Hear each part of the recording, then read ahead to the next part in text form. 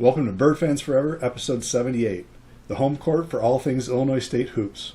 Today's spotlight is on Chase Walker, a Redbird forward who's been a slam dunk since his 2023-24 debut. Last season he averaged 15.2 points, 6.2 rebounds, and shot a sizzling 58%, racking up 532 points, one of the best sophomore totals in program history, and claiming purple CBI MVP honors after a clutch postseason run. Let's tip things off with Chase and hear how he plans to keep the Redbirds soaring.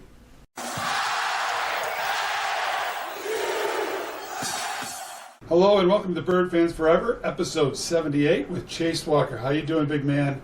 I'm doing pretty good. How y'all doing? We're doing good. We're excited for this one. All right, a fellow big. All right, man. We start every episode, and you even told us off air that you've watched a couple of them. So, how'd you get to ISU? So, first time I talked to Coach P, we were it's a live event. So, in June, when you go to your high school teams, they have like these like tournaments where college coaches can come and like watch and evaluate. And so, the first time, well, maybe not the first time he saw me, but the first time I saw him was at that in Sandusky, Cedar Point. And after he called me and was like, Chase, what's up? Like he knew me. Mind you, I've never talked to this guy a day in my life. He called me and we were just chopping it up about being from Columbus. And he always likes to say Bexley's better than St. Charles, but that's a lie. So, yeah. No, he told me he's never lost to St. Charles. I have never lost to Bexley. And I played more in Bexley gym than I have in St. Charles gym. So, okay, yeah. But back to the story. And so like we're talking, and he's like, "Yeah, we gotta get you on a visit. Who up to Bam?" And I'm like, "Okay." Mind you, in my head, because I was talking to Liberty and Toledo at this time, and I took a visit to Toledo. I took a visit to Liberty, and I was kind of set. And then I got here, and I was talking to him, saw campus, and talked to the guys. Mind you, at this time, they weren't good. But, like, talking to P, you could kind of see the vision and see where he was going. And, like, we got this sign, actually. I'll show y'all. It was, like, you win with people. Yeah. And, like, that's like, I don't want to say, like, that's what we live by, but, like, that's a big part of our thing. And, like, he was telling us that and putting me through the recruiting process and how he saw me playing. Kind of like this, what y'all see now is what he envisioned. So I'm just trusting his plan. And I also think it's funny, he never, like, offered me a scholarship, like, on the phone where he was like, we're officially offering you a scholarship. He was like, he said, I want you here. And if you come here, I think we do some special things. And y'all know P, hell of a salesman, so he got me. All right, so you're a bit heavier at that point, right? Not a bit. I was like 360 at this time. Yeah, and so talk about even then, when did you start getting, okay, I'm going to start working on my physicality, right, changing my body, because when you got here, you were about 290, right? When you got to campus? First time I stepped on campus, I was 323. 323, that's summer freshman year. Yes, sir. Okay. Yes, sir. So let's talk about this before we do that. What did ISU see in you at that point in time? Maybe that other teams didn't see that were recruiting you. I think my basketball IQ stood out to Coach P like the most. My basketball IQ and feel, like just how I play it, where it's like it's not really no thinking. It's just if a guy's open, I'm getting him the ball. If I got an open shot, I'm taking it. I try to talk. I'm not the best at it, but like the intent was there. Like I think he just saw my passion for the game. And I think he's like a real believer in something, like if you really want something, like you're going to do it no matter how hard it is, no matter how tough it is. Like if you really want it, we're going to get down to it. So And I think he also saw like I think I got pretty good feet, pretty good touch around the rim. Like I said earlier, I could pass, like just how I played the game, and I played it the right way. So I think he saw all those things. And one thing I noticed, like, you know, you were big underneath the hoops. And I think more selfish players, like this is when you're in high school. One of the things I noticed right away is like how you were kicking the ball out, you know, to your teammates and feeding it and stuff like that. And your passing kind of stood out for a high school big. I thought. Yes, sir, it did. I think because I've been getting doubled since I was in like kindergarten. I want to say honestly, and it's funny like as you're going higher up, they be like, "Oh, you're not gonna get doubled no more." That's a lie. That is a lie. That is a lie. But I think just getting doubled from all the time and playing with people that like shoot and like practice shooting and like that's like their skill set. So it was kind of like, and they're my friends, so I wanted them like to score. Yeah. So like, it was like, it's kind of like it made it an easy decision where it's like if there's two on me, like I'm just gonna pass it to my friend who shoots all the time, and he's probably gonna make it, and we're probably gonna win. Like that was the thought process as a 2nd through 8th grader, and as I got older and got smarter, I just kind of like started to be able to read the defense more and more, being able to like anticipate it. So I think that's how I got so good at it, just seeing them all the time. Well, and practice makes perfect, right? I mean, Yes, sir. and when you're getting doubled all the time, you either get good at it or you're going to sit on the bench. Right? Yes, sir. You have no choice. But that's a huge compliment, right? Because that coach wants the ball out of your hand. Oh, yes, Right. sir. I think I was told by I don't know if you guys know who Jared Sullinger is, but real good like mentor of mine. He used to say all the time, like, bro, if you're not getting doubled with how big you are, like you're doing something wrong. Like they don't respect you or something. Right. So Right. trying to take They're not doubling the guy who's making 2 points a game, right? Unless they think they get free turnovers out of it. Yes, sir. Right? Other than that, right, the guy who's scoring the most points or is their biggest threat or they don't think they can handle, so yeah. Yes, sir. So when you're talking to Coach P, right, and he sees, like, what does he tell you is his vision for you? He's from a basketball standpoint when you're getting recruited. You guys remember Caleb Weston at Ohio State? Mm-hmm. Yeah. It was kind of like that exact same plan, and he just like put a little more versatility in mine. So like I'm gonna tell you exactly how it went. The pitch that got me. You ready? Yeah, that's true. So we go in the office, right? And we're going through the good things I do, the things we can improve, and then he shows me my comparisons, right? And the first one I got was Caleb Weston, and I was used to that one, being from Columbus, a big kid. We were both big kids, both could pass, right? So I was used to that one. Then he went E.J. Liddell. And my face exactly, right? Wow. Yeah. So he put you up some stiff competition right out of the gate. Yeah. And he was like, EJ's ability shooting the ball, especially when he first came in, he saw that. And then don't laugh, the last one was Cater-based Dion. Oh, really? Yeah. Really? Mm-hmm. And he was like, I see you being a mixture of all three of these guys. Yeah, that's a pretty darn good comparison. And I was like, yep, I'm coming. You got me. We'll worry about the rest later, but we're here. Especially at that time, I wasn't really hearing a lot of that, right? Because it was like a lot of the people I was talking to during the recruitment process kept talking about my body and how I might need a year, maybe a year and a half, maybe like just getting under my feet under me, whatever like that. Coach P said, no, if you lose weight and you get here and you can play, you're playing. Like, as simple as that, right? So I think him giving me a chance right away, or saying I get a chance right away, I ended up didn't, but it was music to my ears. but you didn't, and you did. So let's talk about that whole mess, right? So you start redshirting, right? And so what makes you decide to come out of halfway through the year of the red shirt, right? Because you hadn't played in any games, and now all of a sudden you're going to be eligible to play. What made you guys decide to do that? I think it's a mixture of like getting used to the speed of college game. Because I'd be lying if I told you I didn't see this for myself. So like in my head, it was like getting used to the speed, getting used to the game, and then like Brandon went down, who was like a real big.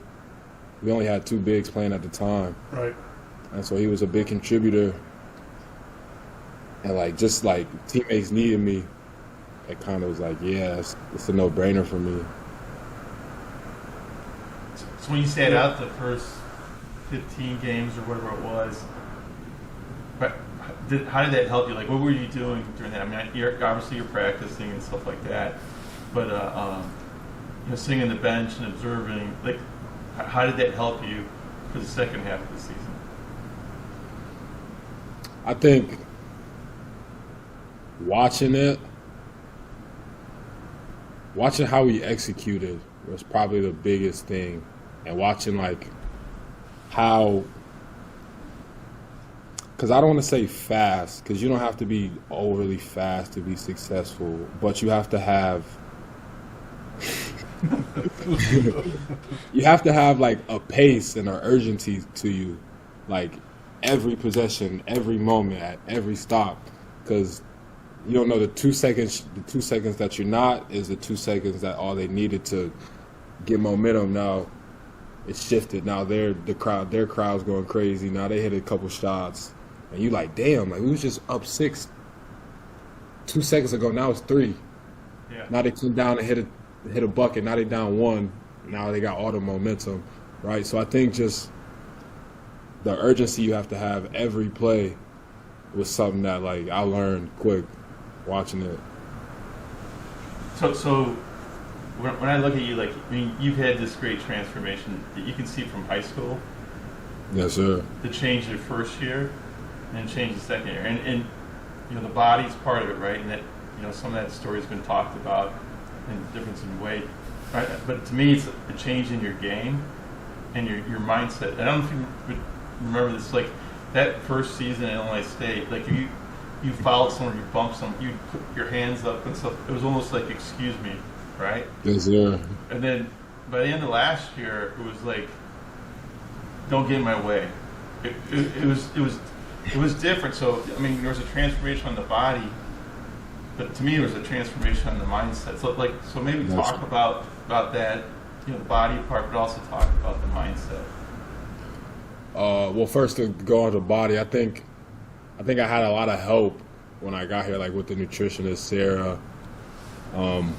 my guy, my right hand man, Chief. He unfortunately left, but we were working out. Me, Chief, and Switz, we were working out every day from when I first got here until they pulled the red shirt off.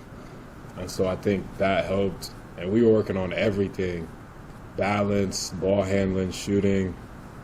That might be why like I'm able to do so much now, because that half a year I spent with Chief was might have been the best 6 months of my life, honestly. And then the mind part, I think it was a mixture of like maturing with my game and also like understanding like in college people trying to take your head off, like like college and up, right? Like they're like attacking you, and don't let them think you weak or you can't guard, because they're every time. Just freshman year when I was ball screened every time I got in, every time. So I think it was a mixture of those two, like understanding it's a different game, and then understanding like the guy on the opposite side is trying to take my heart out and eat it in front of my face. So like you gotta do something. You can't just sit there. All right, Big Chase. We Yes, were sir. talking off air, right? We're going to talk about 3 games: Ohio, UIC, and Incarnate Word. We're going to talk about Ohio first. Why was that game special to you? Ohio was special because I know a lot of the guys on the team. I'm actually really good friends with Coach Bowes' son. His name's Chase as well. And then they had a senior. He graduated now, but his name's Vic Searles, and he was my high school teammate my freshman year. And that's like one of my best friends. I still talk to him today. We're in a fantasy league. He's trying to get me to trade Derrick Henry, but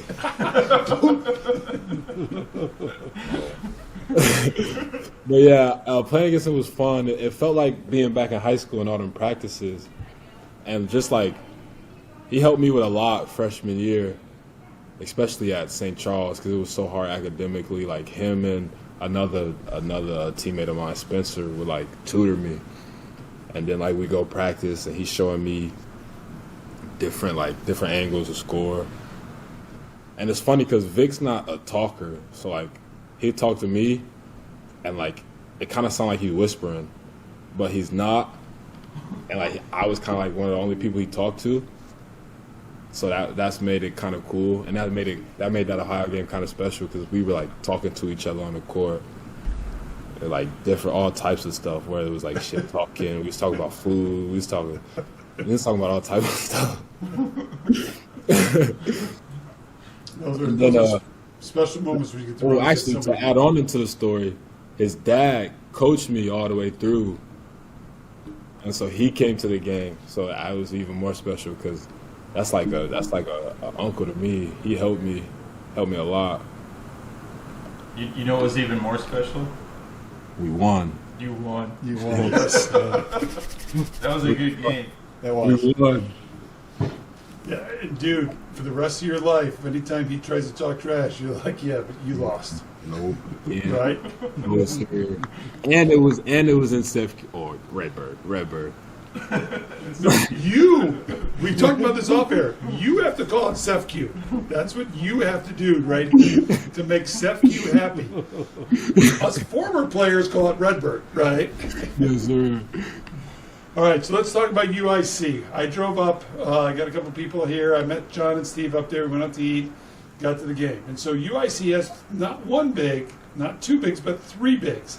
And from the stands, sadly I have to stand and sit in the stands now, but from the stands, those guys are very physical, and I was very impressed by them.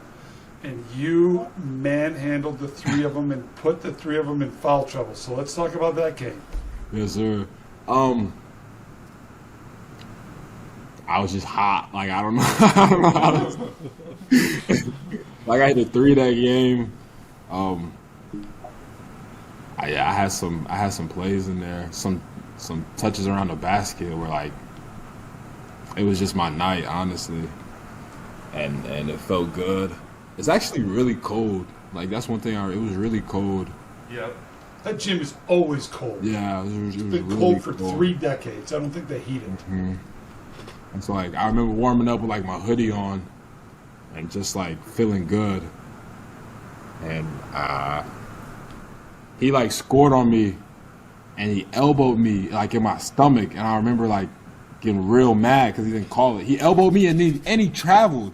Like how you get away with both of them? But that's neither here nor there. We won. But yeah, I remember like, and that just took me to a place. I think right after that, I shot him my elbow back and he fell. The starter one. And then from that point on, I was hot. Oh, you were more than hot. Okay, so Yeah. You were fuego. Hot's like guards are hot, right? You know, with their jump shots and stuff like that. Yes, You were possessed. Okay. You were dominating. I mean, was part of it like? Let's roll back. The first game, you open up. It was a home game against them. Yes, You yeah. scored like 6 points and you got hurt, right? And Johnny was hurt already going into that game. So 2 of you guys are on the bench. We Yes, lost and stuff like that. So, I mean, it was payback. Oh yeah, definitely. Definitely. And they were talking like trash because Henderson, number 0, he came up to you on the bench while I was sitting there. He was like, I remember this conversation vividly, actually. He was like, you know, you too big to be doing all that. And I was like, I literally just did it.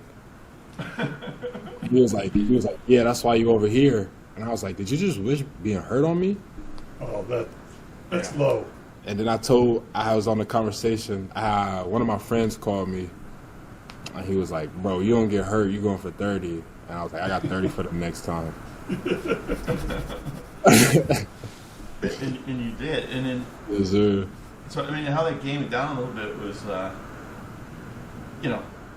If we being honest, I should have had more. I missed like 4 or 5 free throws. I wrote this 4 or down. 5 free throws. I had like 2 turnovers. I missed a couple bunnies. Yeah, we looking at 40, but it's not a perfect game. So you know, we won. But they were banging you. Like, I mean, that was their thing. Oh, yes, sir. Yeah. And you were playing through contact, okay? And then, you know, John already mentioned they just kept rotating to the bench because they were getting in foul trouble. It was just like in, out, right? Which I think threw them off offensively as well. But John always talks about, like, you got this nice little spin move. Like, you know, you mentioned your quick feet, but like, you did one of those on them too, and just kind of left them, like, you know, it's like, Left them in the dust. you know what I mean? It's like, see chase, and all of a sudden, like, you're there, and then you're not, and also, like, talk about that move, and you kind of perfected that a little bit. Yes, sir. Actually, the spin moves, I've been doing the spin moves since I can remember, honestly. Like, it's the easiest way to kind of like change directions and get off the ground for me. Yeah. Because I was so big at the time that, like, and my feet were so quick, that like when I spun, it gave me a second to like get on the glass because I wasn't jumping as high. So like I would spin and then like quickly lay it up, and then I got good at like off the spin or up and under. And so a lot of times I do that, especially if I'm spinning to my left, because a lot of times people know I'm left-handed. And then, like, just doing it so much that, like, you start, like, you get spin-offs and counters, like the up and under I just said. You spin, then you reverse pivot, which me and Nettie been working on this week or this year. It's just like I've been doing the move for so long, and then like just working on my feet for so long. Like growing up, I used to work out with guards a lot, and they loved doing that ladder, like the little pop, pop, pop, pop, pop, pop. So I used to do that all the time, and I used to play football for a little bit and still worked out with some of the football guys.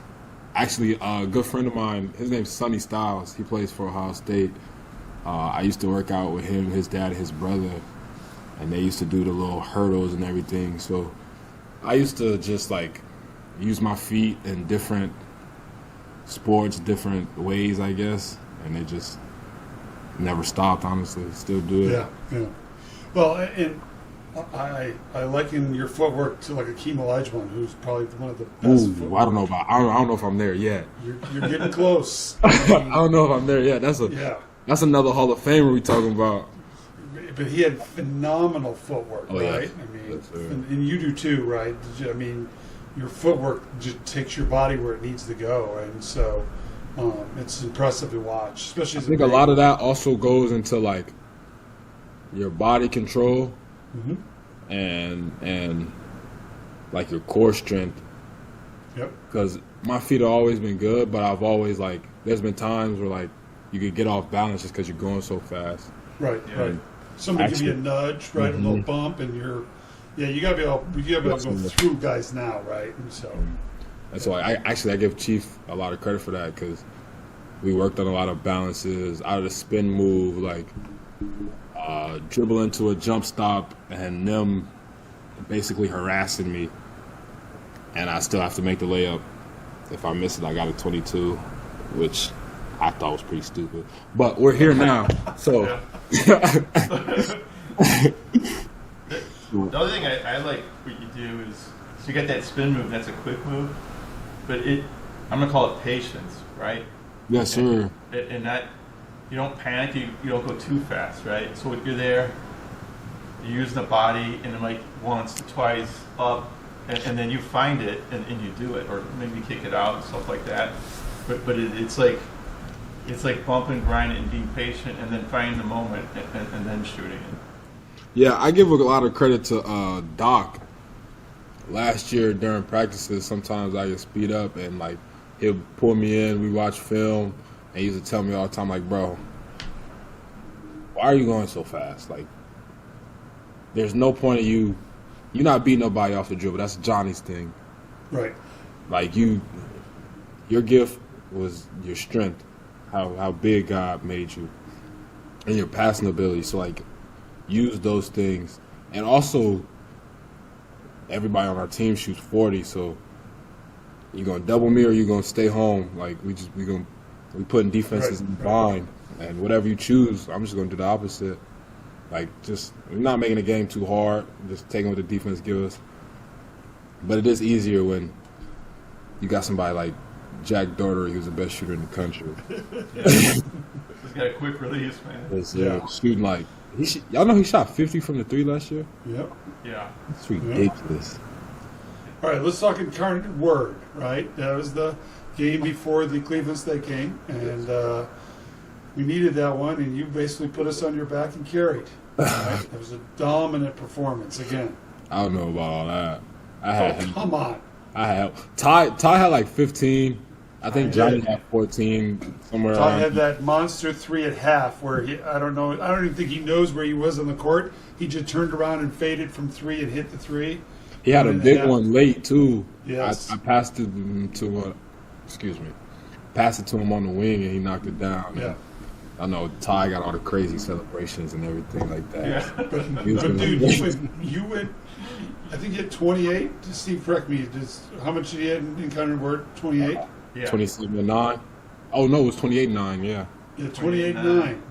One more rebound. That's double, dude. I mean, Yeah, I know. Coach P was on my ass on my butt about that actually. You're slacking a little bit, right? You need 10. 10. Yes, sir. 10 every game. Yeah. So. All right, so let's talk Incarnate Word. Incarnate Word was.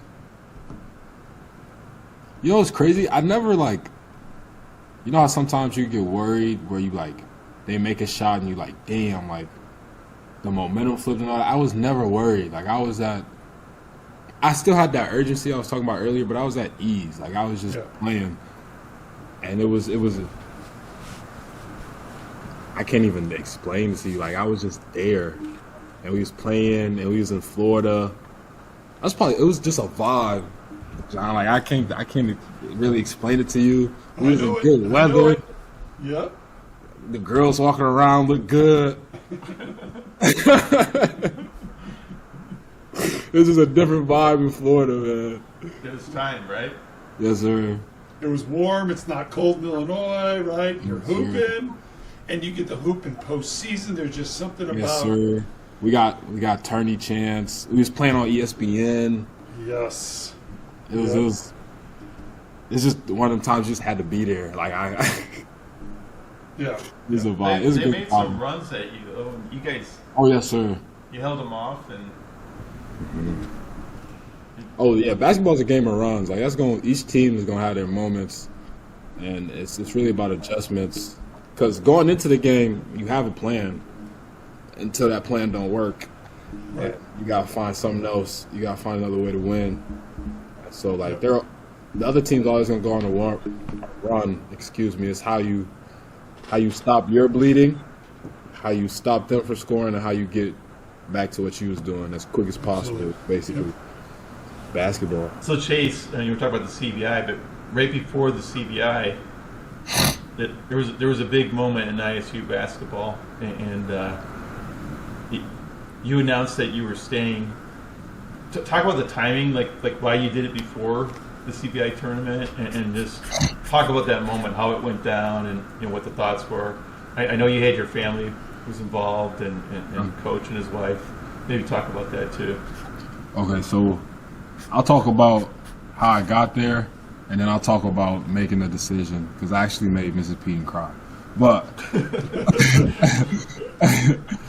I knew I wanted to make the decision like quick, early, because I'm like basketball all the way. I don't need no distractions. Like, I hate to say this is my life, but this is my life. So, like, I wanted to make it early. That way I could get back to basketball. That way I could get back to working to get to the conference championship for this year. So, like, going into it, it was like, my thought process was, well, can you find more genuine people than you found right here? Or are you? You don't know if the answer to that question is yes or not. So that's one. Are you gonna go somewhere where you really like your teammates like you do now? And you don't know that's not a yes. Are you gonna play the same way like you do now? You don't know the answer to that question. It was just like so many. If I were to go in the portal, it was so many like unknowns to me, if that makes sense. Whereas like here, Yeah. I know everybody from Coach P to Paul Kravitz, like, you know, and everybody's a good person here, unless you mess with them or like fuck with them. But you're not doing that. Like, and then like the community also played a role. Like I actually like being in like Blono. Like I really like this place. And like, I'm not really a big city guy. I like small towns. I like to just chill. Kind of like be under the scene, not too much. And I feel like Blono kind of gives me that. Where like you'll see me enough, but I have my places where I hide. And it's just like like my sister's here now. My sister really likes this place. It's just it was too much to say no to. Like I want to go over there. Like I didn't want to.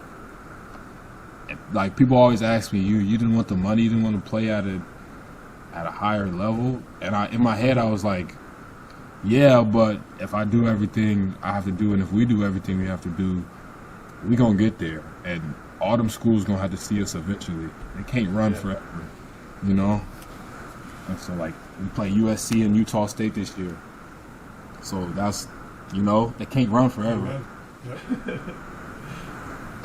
So you come down and you decide you're going to stay, right?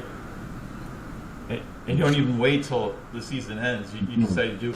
So how did you decide? So you wanted to do it quick, and before you went down to Florida. Before I went to, just because like that's basketball, like that's basketball time. I'm not supposed to be thinking about no decisions on the basketball court. I'm supposed to be thinking about basketball. So that's kind of why I wanted to get over. And then in the meeting, I was trolling the whole time because I would tell like Coach Doc and P like, I got a decision. We just got to have our meeting first, where we like our exit meeting and we talk about everything. And like, I got a decision. Me and my mom and my dad know what we want to do. And so like that went on for like maybe 2 weeks, 2.5. And then we have the meeting. I asked if Mrs. Peden could be there.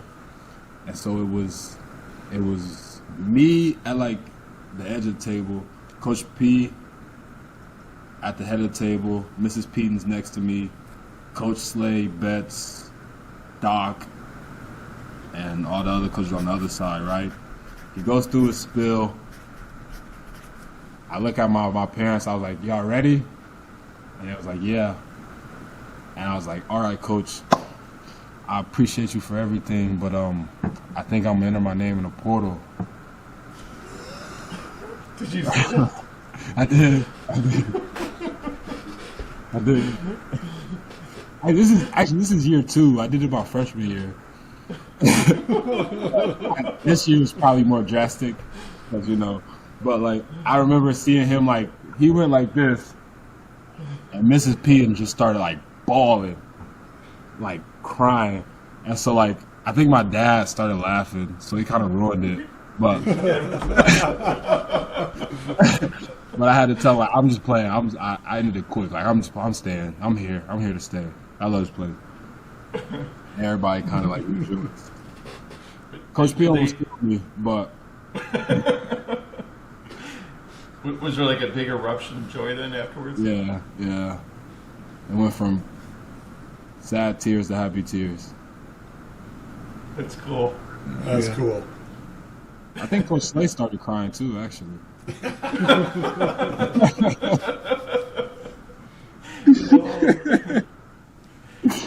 So I mean, this like triggered for the Redbird fans. Like this was the start of like a high, right? So you announce you're staying, right, and it goes public. So everyone's just like just pumped, right?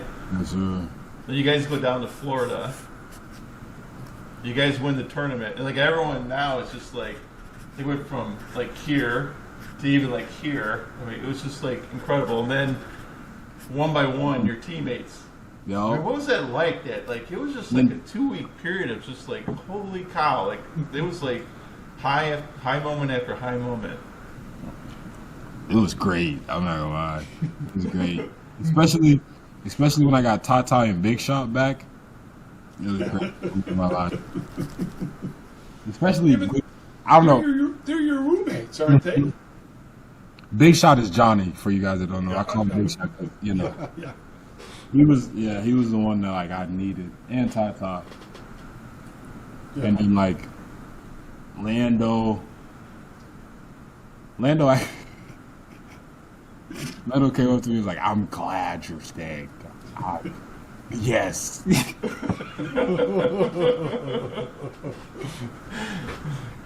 it was kind of funny because it was like I didn't realize how important or how big it was. Like I was just making the best decision for me, but right. Yeah, it was fun to see how much it impacted people, like even my teammates. So now, like, that high, it's carrying over, right? There's high expectations, and going into this season, and how do you handle, like, there's a lot of excitement and noise and stuff like that. How do you put that aside and stay focused, over the summer? You probably guys are sick of each other, beating each other up now, want to play someone else, but like, how do you handle all that excitement and noise from the community? I think you hear it, but you don't let it get to your head, if that makes sense, right? Like, you listen to it, and we've worked for this, right? Like, this isn't just something that just came around, but I think there's more work to be done. The goal that we want, we don't have yet, so that's not, we can't listen too much about it. We just got to keep our head down and working, and I think the circle that we have with our coaching staff, our GAs, even our managers, it's like we know what we are, but we're still hungry. Like excuse my language, we're hungry as hell. Yeah. Like we want to do something that ain't been done here before.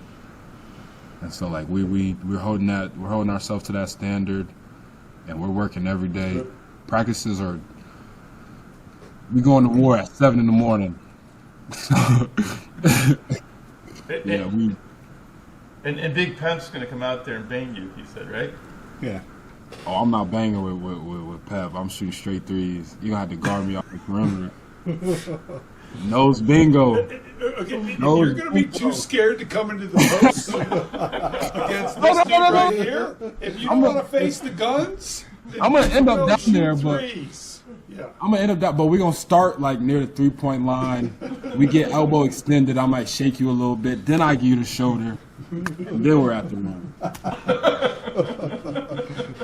So we're gonna end up down there. We just start a little different, Okay. What you gotta think. Let's talk about that 3-point shooting. Okay, Yes, sir. Okay, as a fan, right? I'm a little bit older. It's like we're still used to. Like I never saw Pemberton shoot a 3. Well, first he would have been benched if he probably shot it. You shot one. Shot one. You came out instantly, didn't you? No, it was the end of the half. So I had to shoot. Yeah. The play broke down. That doesn't count. The play broke down, and I ended up with the ball, and there was 3 seconds, and everybody was guarded, and I launched it. How close were you? We're not going to talk about that. Remember, I shot 80%. I shot 80% from the free throw line, so I'm still ahead of you in free throw percentage. And I have shot 56% from the floor as a career. I don't have as many points as you, but I have, yeah. So you got some touch around the rim. Yeah, I can shoot about 17, 18 easy. I was cleared to shoot 17, 18, but remember, my first year there was no 3-point line. Oh, right. So there was no need to shoot an 18-footer for a 6'10", 6'8" as a freshman. You didn't shoot layups and 10, 12-footers. Yeah, but I could shoot 17. I was cleared. So really, you were like a stretch big before the stretch big even, like, you know? I was, and I grew 2 inches in college, and like you said, I was 218 as a freshman, and I ended 255, 265 as a senior. So I put on 40 pounds of muscle. So let's talk about your 3-point shooting. You've already made more than I have ever shot, so you're good. So as soon as you made your first one. Anyways, was that in your arsenal in high school or no? I don't remember that. Not really. Not that like I couldn't shoot them, but I just didn't really shoot them.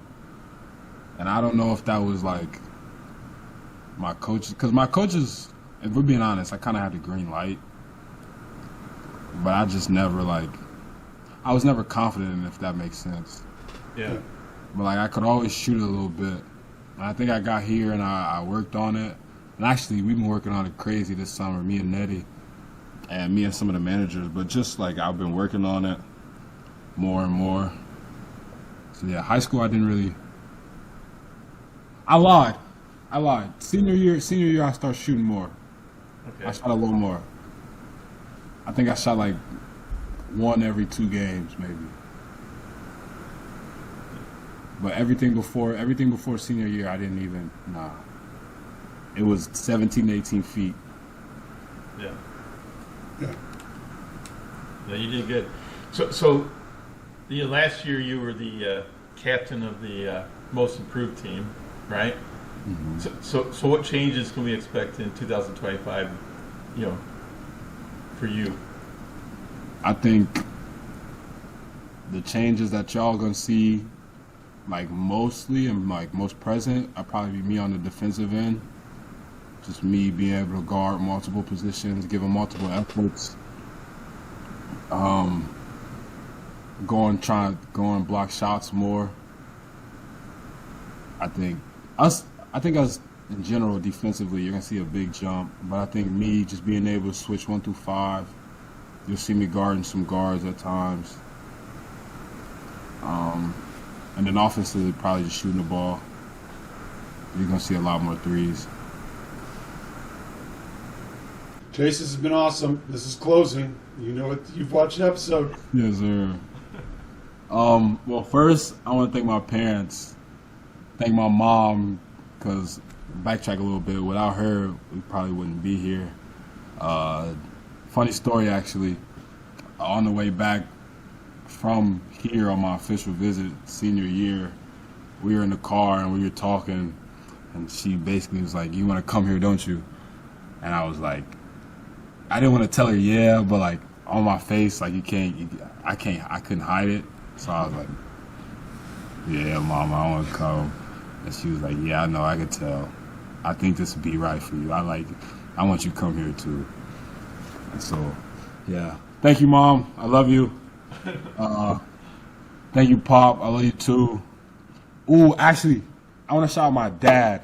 My dad had he might be mad I'm telling this, but my dad had I got cancer a little bit. I had a tumor in his brain, and he went through a surgery, and he has a week left, and the tumor will be out completely.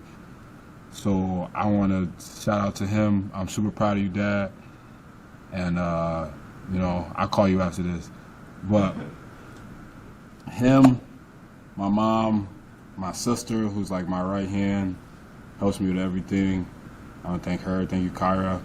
I want to thank the coaching staff, Slay, Doc, P, Nettie, even the ones that left, Judd, Chief, Betts, E, just for like pushing me every day and like continuing to push me every day, and also being there like when I need somebody to talk to, or just like I just need somebody, like just there. So I want to say thank you to them. And last one, I want to say thank you to the ISU community, just like just staying with us. I know y'all been through some rough times, so you know we're trying to change that.